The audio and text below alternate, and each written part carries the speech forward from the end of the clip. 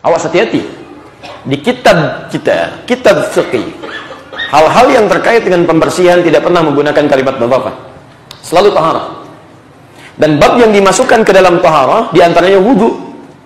Wudu. Jadi kalau orang wudunya benar, kata Nabi di hadis Muslim, ketika dia berwudu seperti pernah saya terangkan, bukan cuma kotoran fisikal yang keluar, kotoran-kotoran yang bersih, bukan. Tapi dengan basuhannya, tetesan air yang mengalir dari bekas wudunya, maka kata Nabi SAW, maaf, jatuh pula dosa-dosa yang pernah dilakukan oleh anggota wudunya itu.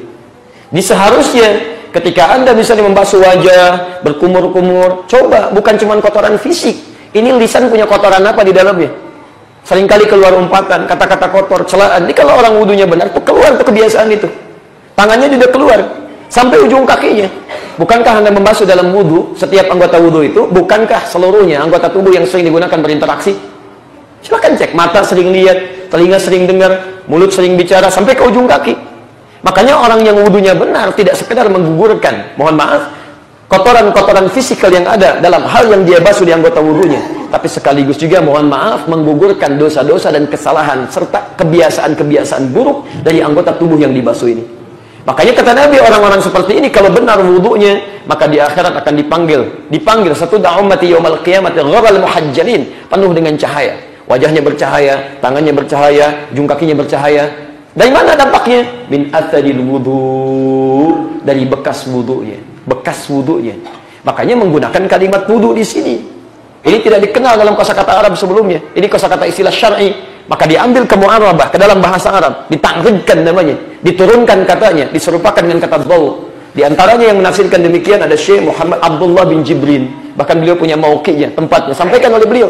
Maka seakan-akan ada korelasi dari kata ini yang menghadirkan cahaya. Ya, ada cahaya fisikal, ada cahaya non fisik. Maka orang yang wudunya benar akan tampak aura-aura kebaikan dalam dirinya, seakan-akan dia bercahaya secara non fisik.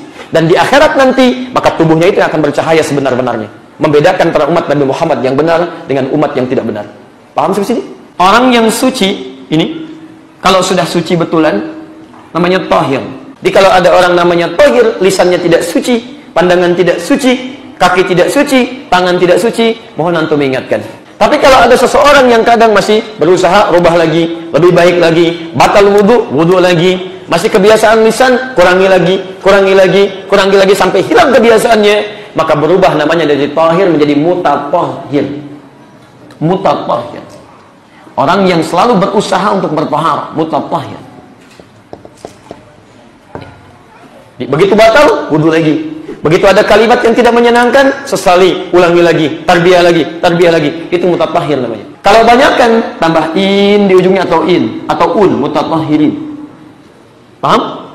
Muslim satu orang banyakkan muslimin, mukmin satu orang banyakkan mukminin, mutatahhirin. Perhatikan, di antara makna mutatahhirin disepakati oleh para ulama adalah orang yang senantiasa memperbaiki wudunya, sehingga berdampak pada sifat dan sikapnya.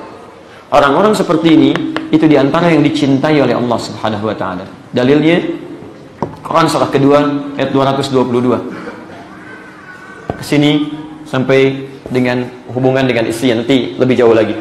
Innallaha yuhibbut tawwabina wa yuhibbul mutatahhirin.